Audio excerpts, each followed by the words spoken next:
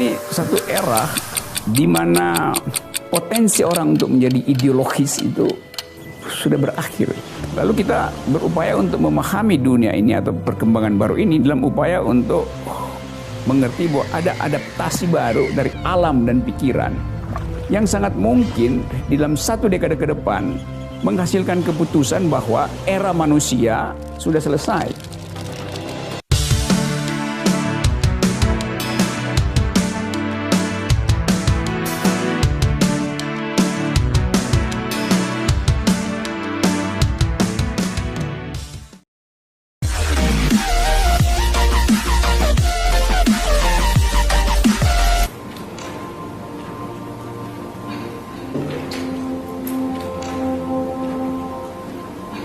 Ya udah diduga kontroversi pasti masuk.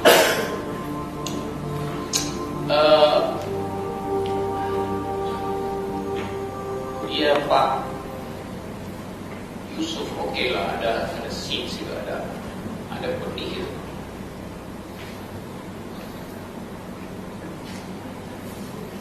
Kalau benih itu jadi semacam peluang untuk menghasilkan kehidupan, dia juga bisa menjadi peluang untuk membatalkan kehidupan. Tapi kita selalu berpikir benih pasti menghasilkan kehidupan. Satu pandangan ekstropianisme namanya, ekstropianis, bukan pianis ya, ekstropianis. Orang yang percaya bahwa kemajuan manusia akan diandalkan pada kemampuan teknologi. Artinya gak akan ada ketidakbahagiaan. Jadi semacam versi dari optimisme, ekstropianisme. Kok mungkin ada di situ dalam ekstropianisme itu. Tetapi ya, tubuh itu terdiri dari sel. Dalam sel ada inti yang disebut DNA. Tapi DNA itu baru bisa beroperasi kalau mitokondrianya aktif. Mitokondria itu kayak power bank yang supply energi supaya sel phone itu tetap hidup terus. Jadi di situ sebetulnya risetnya ada di situ. Tetapi itu kan saya sebut tadi itu riset saintifik. Nah, kita tahu semua riset saintifik didasarkan pada past events. Proposisi ilmiah sumbernya adalah bukti di belakangnya itu. Untuk dicarikan dari hukum, untuk dicarikan dari hipotesis kerjanya. Tetapi moralitas bekerja dengan bukti yang dia tahu di depan itu, bukan past event daripada harapan. Nah, kalau kita bicara manusia dari perspektif moralitas, kita ingin membuktikan bahwa kita bergerak ke arah harapan. Dan sebenarnya kita tidak buktikan, kita tunggu aja. Tapi ilmu bergerak berdasarkan past events. Jadi kalau ditanya misalnya, kapan Tuhan menciptakan manusia? Ya boleh ada tadi di hari ke-6 segala macam. Wah ya itu. Ya tapi itu harapan kita tentang penjelasan yang sebenarnya kita nggak tahu. Kalau ditanya ke saya, kalau saya seorang Darwinian, saya akan bilang Tuhan menciptakan manusia pada tanggal 25 November 1859, yaitu sehari setelah The Origin of Species terbit. Jadi setelah dia baca itu, Tuhan menciptakan manusia setelah membaca buku Darwin. Kalau kita mau konsekuen dengan cara berpikir ilmiah itu, jadi Tuhan mana? Ya jelas bukan Tuhan yang dianut oleh teologi, tapi Tuhan yang dihasilkan oleh definisi Darwinian. Nah, Tuhan yang dihasilkan. Jadi kita bertengkar terhadap dua Tuhan? Enggak. Kita bertengkar terhadap konsep tentang Tuhan. Dan satu fakta yang bisa diterangkan dengan dua konsep menjadi dua fakta. Jadi alat keterangannya itu yang menentukan status ontologisnya sebetulnya di dalam cara kita berpikir. Itu bagian yang mungkin agak menjengkelkan, tapi konsekuensi itu. Soal kedua, soal kebudayaan. Oke, kalau kita bikin semacam kan teori mem adalah memperlihatkan bahwa akan ada hasil dari imitasi, itu replikasi. Jalan pikirnya simpelnya begitu. Tapi kita seringkali hidup kita ini ada imitasi tapi tidak ada replikasi. Menerangkannya bagaimana? Kita nggak tahu menerangkannya, tapi faktanya saya tahu. Menerangkannya oke, tadi ilmu memetics itu lagi berupaya untuk mencapai status empiris dengan memanfaatkan sibernetik, segala macam, sehingga kita bertemu dengan entitas baru yang Scipion, cybernetic, biologi, ontologi baru, gabungan antara sibernetik dan biologi. Oke, itu riset di dalam laboratorium. Tadi riset dalam pikiran tadi, yaitu kemampuan kita untuk mengaktifkan kesimpulan hanya dengan konsisten pada logical sequences dari cara berpikir. Bila filsafat itu sah, bukan saja sah, itulah urat nadi filosofi sebelum diganggu oleh soal-soal etik. Tapi itu daya hidup dari situ. Permainan pikiran. Kita sebut permainan pikiran, tapi sebetulnya bukan permainan dalam pengertian bermain-main. Itu satu-satunya alat untuk menghasilkan semacam rasa aman dalam pikiran. Berbahaya, kita nggak tahu. Tentu saja ada bahayanya. Kita bisa bayangkan kalau dia dijadikan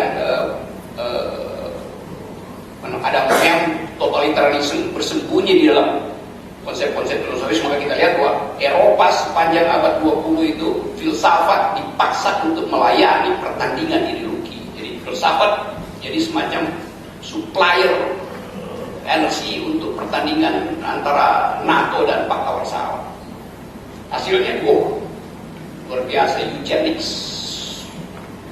segala macam sensasi kita lakukan.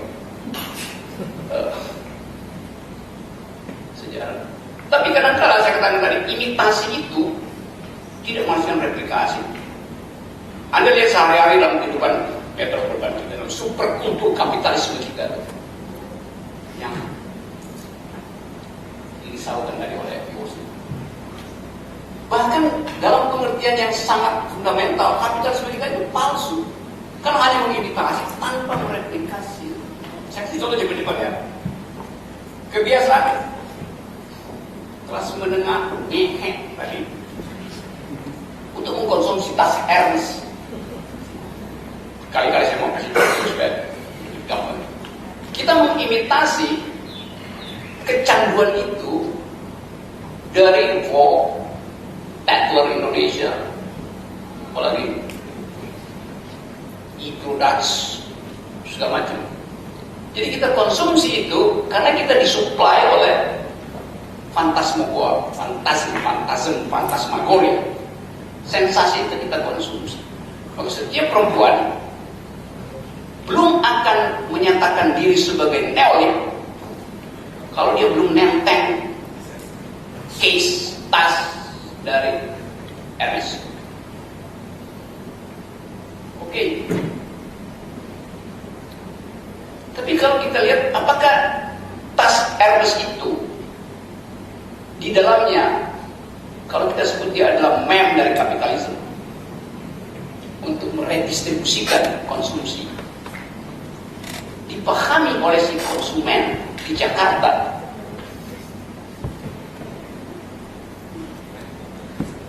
seorang nyonya, saya pikir hanya nyonya muda supaya sensasional,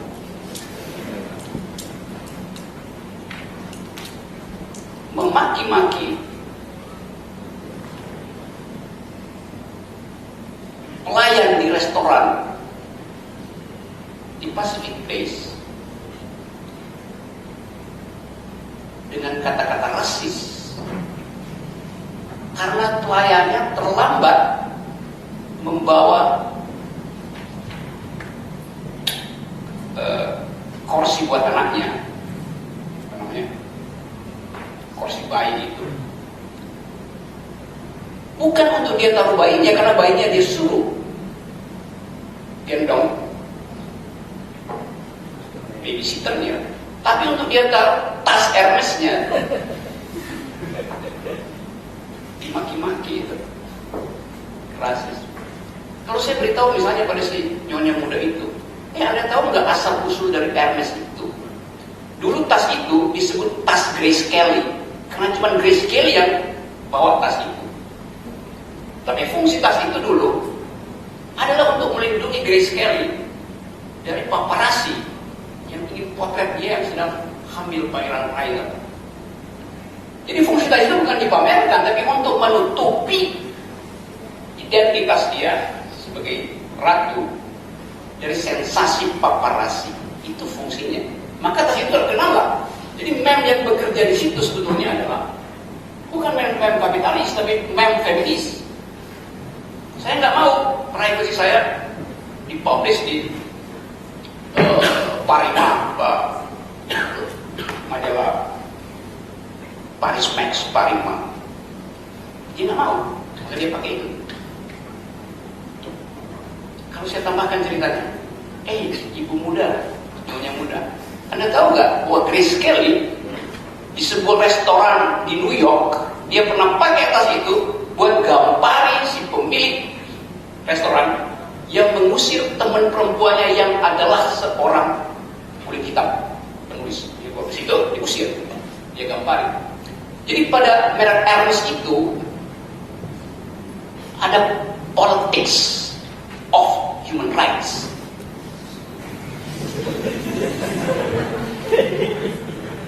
Yang tidak dikenali oleh si nyonya tadi. Jadi kapitalisme yang masuk di sini adalah kapitalisme yang imitatif tapi tidak replikatif. Supaya adil, saya cerita hal yang lain, bukan menyangkut perempuan, menyangkut laki-laki sekarang. Kalau Anda ada di pesta-pesta Jakarta, dan Anda ketemu dengan anggota DPR, yang mereka pakai adalah jas Hugo Boss. Kalau saya nggak masih hidup di Italia. Dan merek Hugo Boss itu masih dia tempel di sini. Gini-gini. Dia nggak tahu bahwa ini mesti dia copot begitu keluar dari toko. Karena ini dimaksudkan supaya dia nggak dilihat di sini, jadi kotor nanti itu. Tapi dasar kelas menengah ngekek yang nggak ngerti mannerism, dia pamer-pamer itu. Jadi kapitalis macam apa ya? Semacam itu. Harga jas Boss paling murah itu adalah 45 juta, yang paling murah. Yang dipakai di motor itu 200 juta. Tapi kalau saya tanya misalnya, anggota DPR yang terhormat, you tahu nggak siapa tuh Hugo Boss itu? Ya itu desainer Jerman. You tahu nggak asal usulnya? Agak penting. Hugo Boss itu adalah desainer yang membuat, menjahit, mendesain baju militer Hitler. Pasukan Hitler itu kelihatan keren karena desainernya Hugo Boss. Hugo Boss itu temannya Hitler. Dan kenapa industri bisa berkembang? Karena dia memakai tawanan perang untuk jadi pekerja di pabriknya. Kapitalisme bekerja sama dengan fasisme di situ. Di dalam Hugo Boss ada politics of violence. Beda dengan Hermes tadi. Ada politics of human rights. Itu ada politics of fascism. Jadi kita lihat bagaimana soal-soal semacam itu, kalau kita mau bicara tentang imitasi dan replikasi, kepalsuan itu ditumbuhkan karena ketidaktahuan, mispengetahuan, yang kemudian dimanfaatkan di publik bersama. Mestinya si anggota DPR tahu buku yang lain, buku Grotius misalnya, yang adalah bapak hukum internasional. Mestinya dia lebih tahu buku Grotius, buku Boas pun yang anggota DPR. Atau kalau dia seorang kiri, dia mesti tahu buku Safes misalnya. Makasih. Terima kasih.